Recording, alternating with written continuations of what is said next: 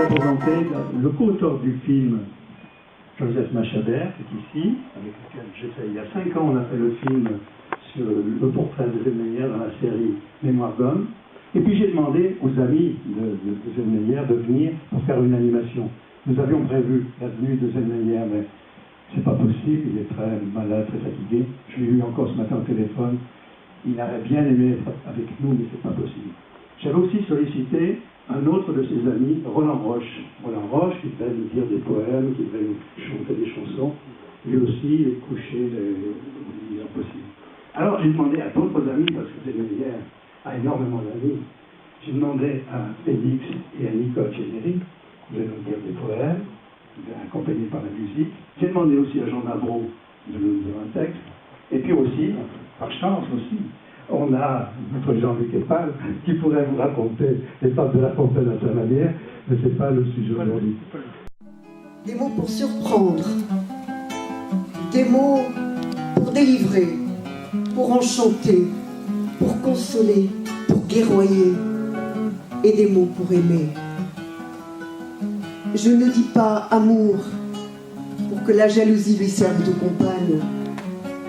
Je ne dis pas labour pour que le paysan arrase la montagne. Je ne dis pas richesse pour que Fesse Mathieu devienne son geôlier.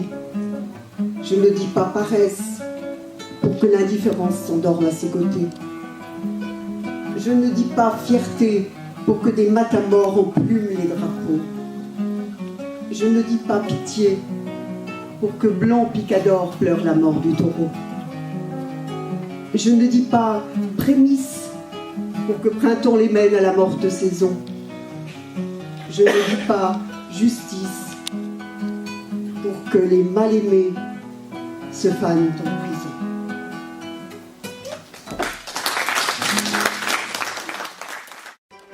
Polichinelle de banlieue. Si j'étais nacre en coquillage, j'enfermerais le chant des mers pour l'écouter loin des rivages, dans le silence des déserts.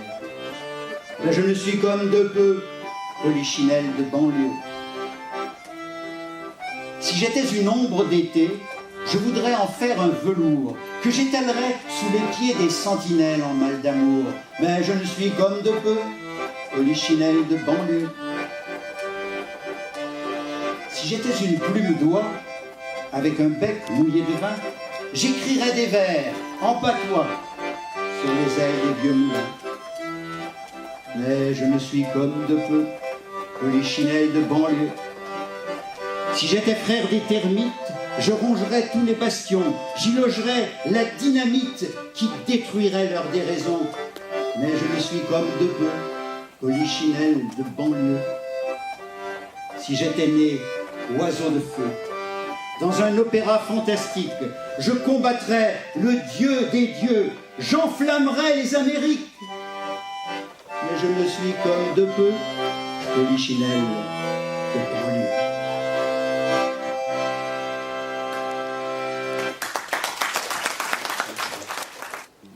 Ils sont venus sans un grain d'or, ils sont venus sans vin précieux, ils sont venus avec leurs morts, ils sont venus avec leurs dieux.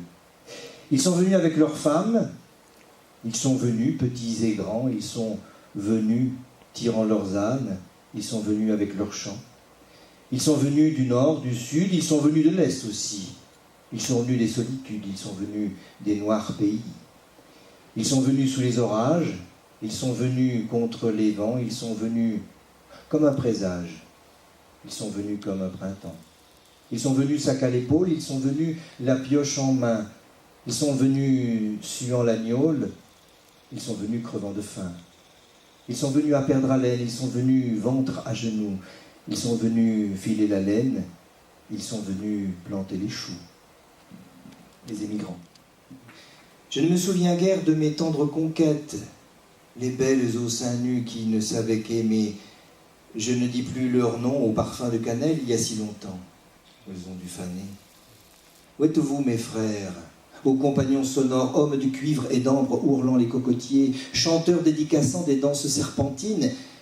Il y a si longtemps, ils ont dû s'envoler. Colliers de fleurs soleil, coquillages, fruits d'eau, pirogues balancelles, poissons d'argent nacré, falaises cristallines, sable de sucre et d'or.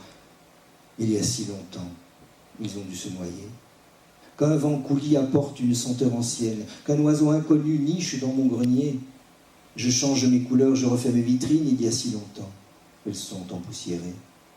Repartir à jamais vers cet Eldorado.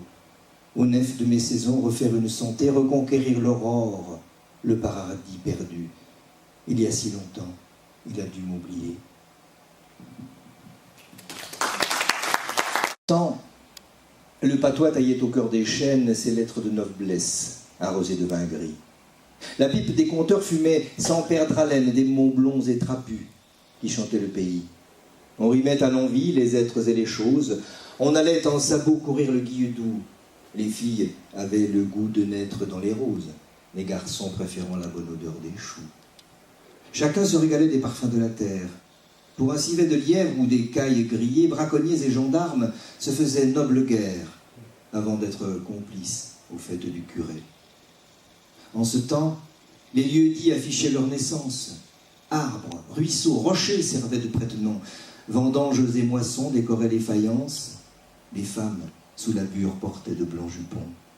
Les hommes ne parlaient jamais pour ne rien dire. Ils se nourrissaient d'eau, de feu, de terre, de vent. Leurs mains d'écorce brune ne savaient que construire. Nul ne blessait le chêne en récoltant le gland. Aujourd'hui, la bruyère ne nourrit plus la laine. Le ventre des labours enfante des chardons. Les cheminées en pierre jouent les demi-mondaines. Des fleurs artificielles dorment dans les chaudrons.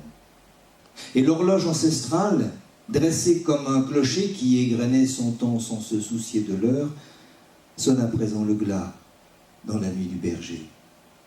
Le dernier paysan du Val Fleuri se meurt.